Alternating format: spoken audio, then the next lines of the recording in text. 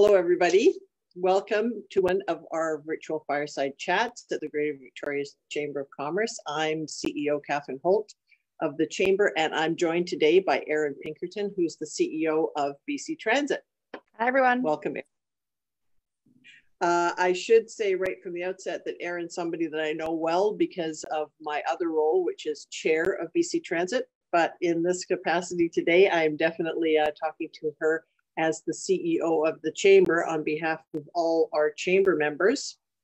And just for a little bit of context, Transit has had the challenging circumstances of continuing to operate throughout our COVID-19 shutdown as an essential service, but has had to make a number of changes to operate that way. And now, as of yesterday, is changing service again to try to be consistent with phase 2 and the restart that the rest of the province is going through. So we have lots to talk about. It's been a big, it's been a lot to manage. So I'll ask Erinn some questions first, and we always encourage our people watching to send in their questions using the chat function, the comment section on Facebook. Okay, so Erinn, we'll get started here. So as of yesterday, as I said, Transit has changed its service back to something more resembling normal service, but I know there are still some changes that you have in place. What have you changed and why did you change it? Right. I think before I mention what has happened as of yesterday, it's important to remind everyone what happened to BC Transit during phase 1 of the COVID-19. So almost literally overnight, our ridership dropped 60 to 80% because people were staying home, schools shut down, people were working from home. And so phase 1 for us was really hard because we still needed to put service on the road. We still needed to provide a safe atmosphere for our operator and for our customers. And we couldn't necessarily do that in the way we already had. So in overnight reduction in ridership, we followed suit with an overnight change to the way we run our business. We reduced our capacity of our buses so that we could achieve the physical distancing. We enhanced our cleaning. We had to quickly turn off the fare boxes and move our passengers to the rear door so that we could make sure our operator had some distance from our passengers themselves. And we also moved for those who take transit, the proverbial red line got moved back so we could keep that distance. So that's the state that we've been operating in since about April 15th, March 15th. The red line being the marker at the front of the bus where you're not supposed to stand any further forward than that. So you moved that back. We moved that back. So as that was phase 1, and that's what we did during the emergency response phase. And with the phase 2 being announced yesterday, we basically opened up our front doors again to the customers. That's important for us because we're able to turn back on the fare boxes and get back some of the lost revenue that we've been experiencing. And we're able to do that by making sure our drivers are protected. So we've accelerated our full driver door program, which puts a plexiglass door in place for our drivers. That's a program that was well underway, but we've accelerated that. So those are getting installed. They'll be installed by October or November. For any bus that doesn't have a driver door, we've come up with a very unique and creative solution called a vinyl door. So for anyone who takes the bus, you'll basically notice what looks like a shower curtain, a vinyl panel that the driver will be protected behind. And that's really important because one of the things that we need to do in order to open up the bus, open up our doors to our customers again, is at the same time, we're going to have to start to increase the amount of capacity that we can put back onto our buses. We have to start to increase the number of passengers that can return. And so we're also now going to have to look at putting more service on the road so that we can help accommodate that really difficult challenge we have between service and capacity right now. So one thing that I know a lot of transit systems are wrestling with, including TransLink, who I know you talk to regularly, but in other jurisdictions, is this whole issue of masks. Where is BC Transit with regard to passengers and drivers wearing masks? Right. So in order for any business to open up right now, we have to submit plans to the WorkSafe BC, the Provincial Health Office, and the province. And you know, one of the challenges that transit agencies across the world are experiencing is that as we increase our capacity, there's a recognition that we're not going to be able to achieve the perfect physical distancing that we all hope to achieve. The one way that we can mitigate that is to ask our customers and encourage them to wear face coverings. We have considered whether or not we'd ask and mandate it, but that would leave our operators in a very difficult situation to enforce those rules. I was thinking about that this morning because, you know, riding the bus it's very much a fascinating experience. You're in an uncontrolled environment. So think about what our own customers do right now on the bus. We stand when people need to get onto when someone who needs a seat needs a seat. We say thank you to the driver when we exit. We move to the back of the bus when the bus is full. We pay our fares. We don't put our feet on the seats. We listen to our music with our headphones. We try not to eat or drink. So those are kind of like the transit etiquette things that happen already on the bus. And it's almost like a dance that occurs every day in such an uncontrolled environment.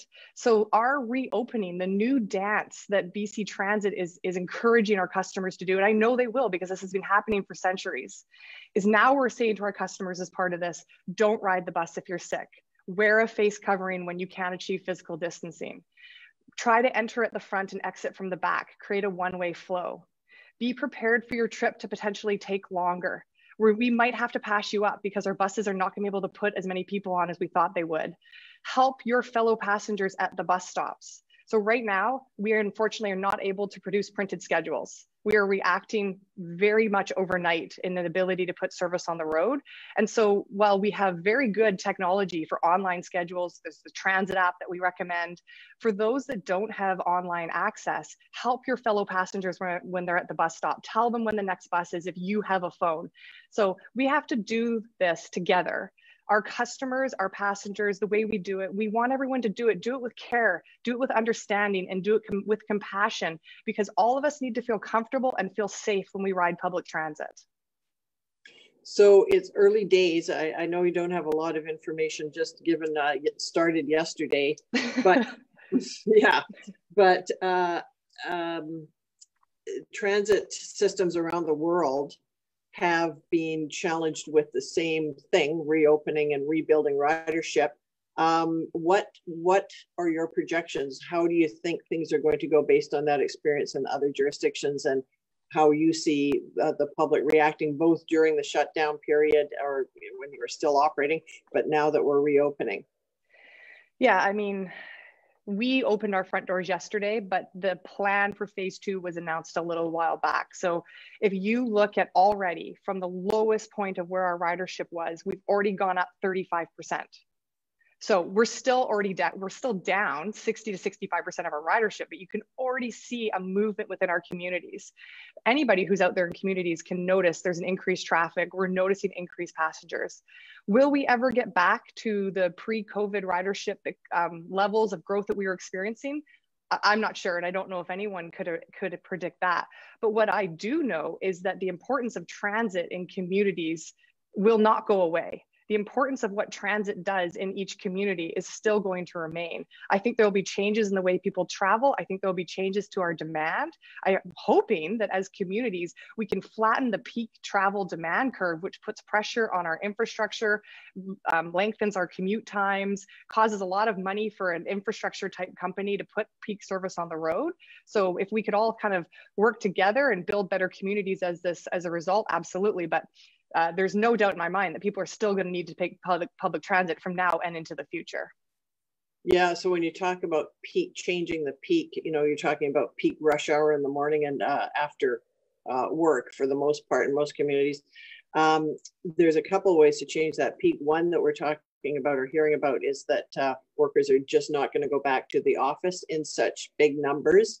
The other one is some ways of changing normal hours of work. Can you give some examples around the Greater Victoria area of things that cause huge peak demand and things that you think could be done to, as you said, it could be some of the benefits coming out of this, that we reorder some things that have been chronic problems in the region. Right. Congestion. I mean, why not reinvent ourselves? And I know I'm probably talking out of turn because I'm only transit, but transit's part of the community building. And, you know, think about in Victoria, the peak flow. It's people traveling downtown, it's people going to universities. It all happens at those same hours, which means we have to put full service on the road to accommodate those. A perfect transit system from our point of view would be high demand all day, every day. So if we could take the to peak from here and move it into the valleys. If we could start, even in our own operation, we're looking at, could we do staggered start times? Could universities, now that they can go on hybrid models, could universities do staggered start times? If we allow our employees, we're all working, we've all been remote working. We've all learned some pros and cons about that. So what can we do on top of our society to allow some of the benefits of that to continue? It'll only help transit, it'll only help all of us in our movement around, it only helps transportation. It also helps the economy keep going. And so it's like we have to work together in order to achieve that perfect balance of transportation in the region. One of the, I would say, ironic moments for me during the shutdown, didn't talk to you about this in advance, but I'm going to mention now, was the announcement by Transit and the city that the bus lanes had been completed.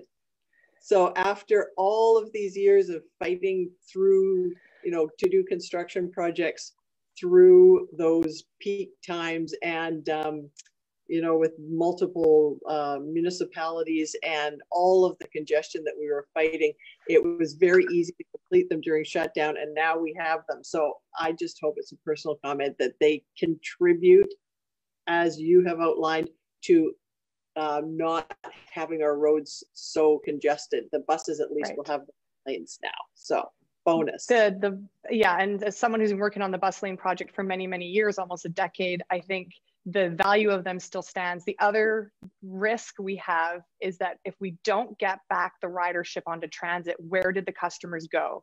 So from a perfect point of view, people would be walking or biking. Switch over to a zero emission, low carbon solution, great. If people go back to cars, then that's going to hurt our communities. It's going to increase congestion. It's going to be bad for the environment. So the bus lanes will still be valuable, because unfortunately, if we don't get back our ridership and they go back to the car, the congestion in the city is even going to get worse. So we need to do whatever we can do to encourage customers to ride the bus. And if the bus lanes are going to be a huge help in that.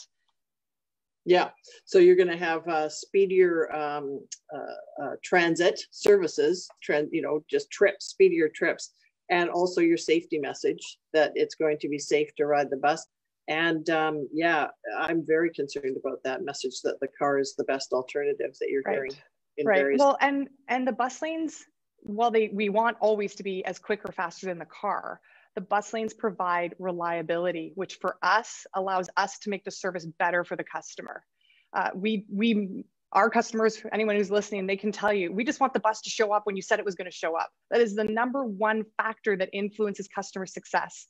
So a bus lane creates reliability just from that alone, which allows us to make more efficient schedules and put better service on the road.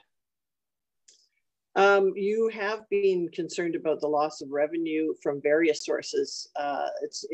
You've had to continue essential service, but at that same time, you're facing the loss of fares, the loss of gas tax, in reduction in gas tax, not the loss of the concept of gas tax, but people haven't been driving as much, so there isn't as much gas tax. That's got an upside, of course, but for transit, it's a loss of revenue. And who knows what's going to happen with property tax with all of your municipalities around the province as they wait to see how people are able to pay that. What have you been saying to government, and what have you been hearing from government about help to continue transit to operate? Right.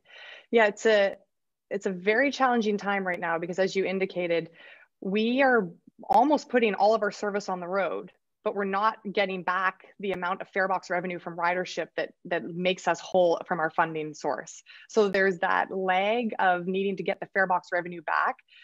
Our local government partners, our municipal partners, they have 2 challenges in front of them. One is they're losing the fare box revenue, or it's not going to return at the rate they anticipated. And just like you mentioned, they also get their funding source from property taxes, which July 1st will be an indicator, as the first indicator as to whether or not that revenue source is still there or not. So, and then we have the provincial government, which also is a large funding contributor as well. So at this point, what we do know is that we have strong support from all of our partners to continue transit in the communities. The importance of transit remains, and everyone knows that. I think what we need to do is we actually need to take a little bit of a pause to truly understand what the long-term outlook is of our financial situation. And we might need to start looking at what some of the more holistic, creative funding solutions are for public transportation. Just like you mentioned, so we get a fuel tax in Victoria and people aren't driving, so the volume is lowering the amount we get. We were already looking at that funding source because as people start to switch to electric cars, the reliance on fuel was already going to go down. So we have to start looking at what some of the funding model options would be to fund transit, not just like for now, but also into the future, and come up with a long-term model that works. We've talked about this many, many times. The decisions we make for transit, we make 2-3 years in advance of the service ever actually hitting the road. So we need long-term funding solutions that can allow us to create and build communities with the backbone being public transportation that doesn't have to suffer through shortfalls. And this has been a good example of that right now through this unfortunate pandemic. So do you have a better model that you would like to see? I think if I was choosing, if someone would let me say, I think anything we could do to line up and incentivize those who take transit. So we look at, we all know that it's an environmentally good solution to take, that it creates healthy access for people. It's the most affordable solution. It lets people stay social and get to work. You don't have to have a car, but there's nothing to incentivize the user to take it. So, and then, you know, we've always commented on this, roads are free to drive on, but transit, you have to pay to ride. And so you've almost made the car an easier solution than you have made transit. So what can we do to balance the playing field for those that make the good choice and the conscious decision to take transit? Where's the benefit for those choices? Mm-hmm. And you mentioned electric cars as a factor with gas tax, but there was also, looking ahead for transit, the plan for electric buses. So you had some ambitious change plans, that being one of them. New fare technology. You have the next ride service now that just has rolled out. How does this change in ridership and revenue affect those future plans for a more modern and convenient and environmentally appropriate, shall we say, transit? Right. Environmentally friendly. Friendly, yes. Or a supportive solution. So in January, we just launched a brand new strategic plan. It was positioning BC Transit to be your best transportation solution. And what you just described is what the plan was trying to do.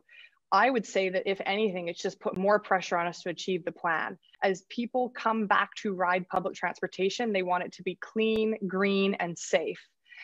So we do have, we are going to be purchasing 10 electric buses as the start of our transition to a zero emission fleet.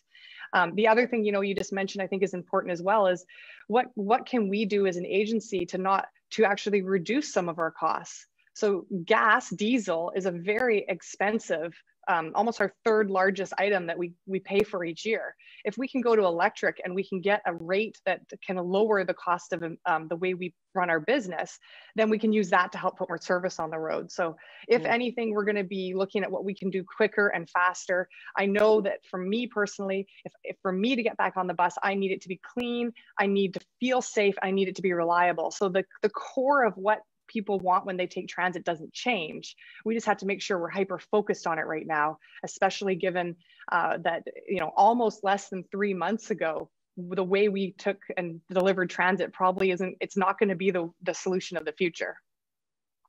Yeah, challenging times. So, you know, it's been surprising. You mentioned some opportunities coming out of this time, like the chance to maybe reorder work hours and reduce peak and have it more of a steady demand. And also the fact that an encouraging message from your member municipalities that they're still keen on supporting transit.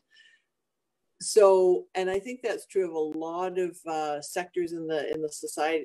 In society, there's been some very, very bad news, but there's been some unexpected opportunities and good news. So what would you say have been some of the silver linings for transit in this strange time? You know, I kind of mentioned, so one of the things I've noticed for certainty with everyone right now is there's a lot more willingness for change. So I think we can all agree to that things that we thought we never could do, we're now more willing to do. I'm I mentioned earlier that we're not able to print printed riders guides just because like that takes weeks to do and we don't have weeks to put a schedule out. I'm curious to know if the riders guides in its entirety, we can completely shift the way we provide that type of service. We are online. We could look at whether or not people could print out just their route. You know, they're $500,000 a year to print for the entire province. How can we do that differently while still providing the service that people need, recognizing that not everyone has access to online? I was thinking the other night that, you know, we have UPass for universities and we have employer passes for those that go to work. Maybe there's a new rider type that we need to look at. Maybe it's the remote worker. So the remote worker, people are like, oh, but they're not going to work. Okay, so if I'm remote working, maybe I can get rid of my second car or maybe my first car, but I still need to get around the city to experience the other parts of life. So if we could, typically transit's commuter focused, we create a service now that allows people to get rid of a car. I can work from home, but I'm going to use the car to get groceries or go visit a friend. And so we need to be able to pivot and adjust our service offerings to really fine tune the demand and where it's coming from in terms of the hours. Maybe the afternoon is going to become busier for us. The midday slump might become more busy than it ever has been. Yeah. So I don't have all the answers. I just think we're going to have to learn to pivot and adjust based on where people are going to be wanting to going in what will be a new community for all of us. Yeah. And as you said, you may be working from home and still need transportation, but often that is to get to the office in unusual hours, like you're going in for a 2-hour meeting in the middle of the day or something like that, right. or your weekly strategic planning meeting or something like that. So it's not so much the peak time commuter daily transit that you're delivering, but all of these flexible alternative working arrangements have to be accommodated. Okay, well, we're pretty much out of time already. Is there anything else that you wanted to comment on or mention before we wrap up? I'd be remiss if I didn't say thank you to our customers who have been so supportive to us during this time. We have not done it perfectly. We've had to adjust. And, like I said earlier, we need to all start riding the system with that compassion and care for each other. Treat everyone on that bus like it's your mother, your brother, your father, your sister. And so the ability for us to turn back on, the ability for transit to be successful is going to depend on how all of our customers dance on the bus together. And so that, that message, and if you want more information as to what we're recommending, it's going to be on our website at www.bctransit.com. You can read about all the different things that we're recommending, where to find information about fare product refunds, the new service, the schedule that's coming out. It's all there, and feel free to reach out to us. And if you're concerned about taking transit, let us know that as well. We want to know why you're concerned, and we want to see how we can adjust, and we want you to get you back onto our bus when the time is right. Excellent. So Bonnie Henry's words apply to transit too. Be kind, be calm, stay safe, be safe. Exactly. Yeah. Okay, thank you very much, Erinn, for the insight into what BC Transit has been faced with and is still managing. Thank you. All of your riders.